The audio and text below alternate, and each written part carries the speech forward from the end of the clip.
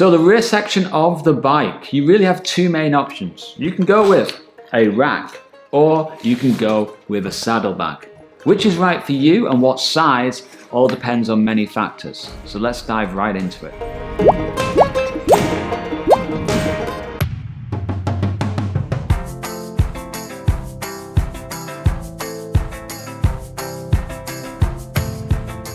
So the rear saddlebag harness style comes in two pieces. You've basically got your dry bag and then the harness itself. And the benefits to this are, well, just like on the handlebars, you can easily take away the bag and reattach it very, very quickly.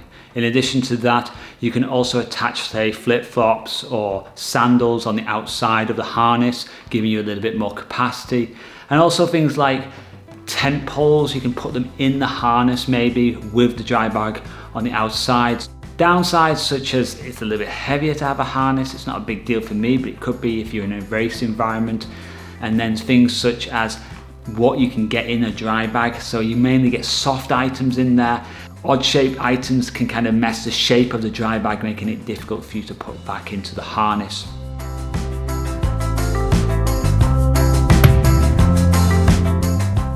So the saddlebag one piece. These tend to be more of a cone shape. So it'll be quite narrow towards the seat post and then it'll be a little bit wider where the opening is. And there's some benefits to that kind of shape. You can fit kind of awkward items down at the bottom where it's going to be nice and thin and secure, and then load it up with the clothes as you get closer to the opening. It's also going to be lighter than having a harness, which is going to be beneficial in maybe in race environments. You also get bungee straps on top. A lot of the harnesses will have to put them at the bottom, which is not really practical, especially if your seat post is low down. But in general, I say try not to put stuff onto bungee straps on your rear bag unless you've got someone right behind you all the time, because I guarantee you at some point something's going to fall off, and if you're not aware of it, you may cycle 20 kilometers before you notice and then it's gone. A one piece or a harness. Harnesses in general tend not to have that wagging motion as much, but I know a lot of the new bags now come with some sort of bracket that attaches to the saddle itself, and that can prevent some of the wagging, but I think it's more secure with a harness. If you're going with like 4, 6, 8 liters, you know, it's just an overnighter or it's a race environment, then perhaps just having a one piece. It's going to be lighter, it's going to be easy to take everything out, especially if you put it into plastic bags, so you can just leave the bag on the bike.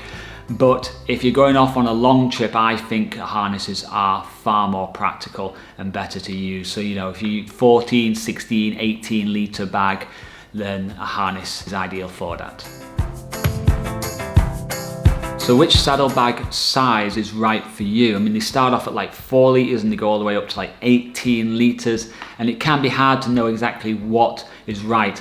Obviously, in an ideal world, having 2 bags in your inventory, a small and a large, is great, but if you're just starting out, the first thing you should be aware of is it's always better to go a little bit bigger than what you expect, because you can always compress the bag down. You can never obviously expand it beyond its litre limit. The other thing to remember is whether you're credit card bikepacking or camping. If you're camping and you're going to be putting your tent in there and poles, etc., then you're going to want to go at least 14, maybe 15, pushing up even to 18 litres, so you've got that capacity to deal with all the camping gear, etc. If you're credit card bikepacking, maybe 8 litres, 10 litres is enough for you if you're just going away for a few days. No, don't want to move, don't want to move. Going straight for your ass, mate. What I'll say to restrap is that if you could design one harness that has 3 bags, it comes with 3 bags, that would be a massive winner in the market. Take your time, it's alright, we've got all day. But let's say you're going on a big trip and a rear saddlebag is just not going to provide enough space. Then, my friends, we need to look at racks. So the rear rack has become a big scene in the bikepacking world, once known only for bike touring. Since Tailfin brought out their carbon, very sleek rear rack a few years ago, we're seeing more racks involved with bikepacking, especially with endurance bikepacking races. And of course, there are many good reasons for that. It's more versatile. You know, you can have one bag and then put another bag on top of it. You can fit more water and food. You've got more than just say 16, 18 liters. You can go up to 25. And of course, you can even have that kind of bike touring, bike packing, hybrid style, which I wouldn't recommend, but it's there if needed. But there is a downside to it. It can be a little bit more expensive. Of course, it's going to add more weight. And in addition, it can be fiddly to fit one to your bike. For example, I bought a Canyon Grail many years ago and it had no mounts on it to be able to fit a rear rack. And it took me ages to find one which would actually fit. So you've got that issue to begin with. And sometimes you might even have to go through the actual axle, the through axle, and find all sorts of like adapter bolts and everything. It can get complicated. So think about that. But there are now rear racks on the market that just fit onto the seat stay bars, so that basically means they can fit onto any type of bike, road, gravel, mountain, etc. quite easily. And the one behind me, this is the Aero Spider. It's around 120, 130 euros. It's aluminium, but it's pretty damn light and it's so easy to attach to any bike. Now, I got sent this 2 years ago from a very nice guy called Truls. He owns a bike shop near Tønsberg in Norway. It's called Fleetsti, and they have a lot of bike packing gear there. Very cool bike packing gear. He also has a workshop. He's a fantastic mechanic.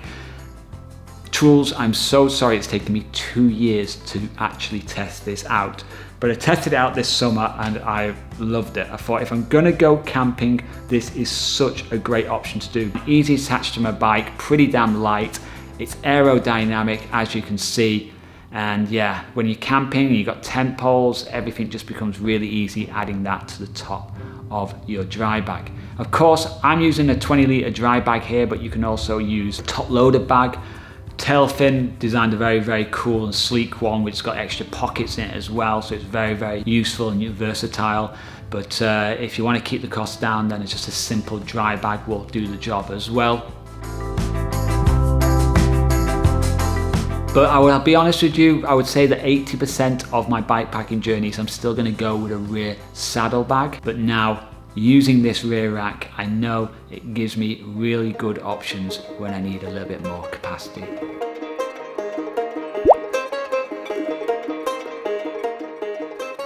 So guys, that was a brief overview of the rear section of the bike packing setup.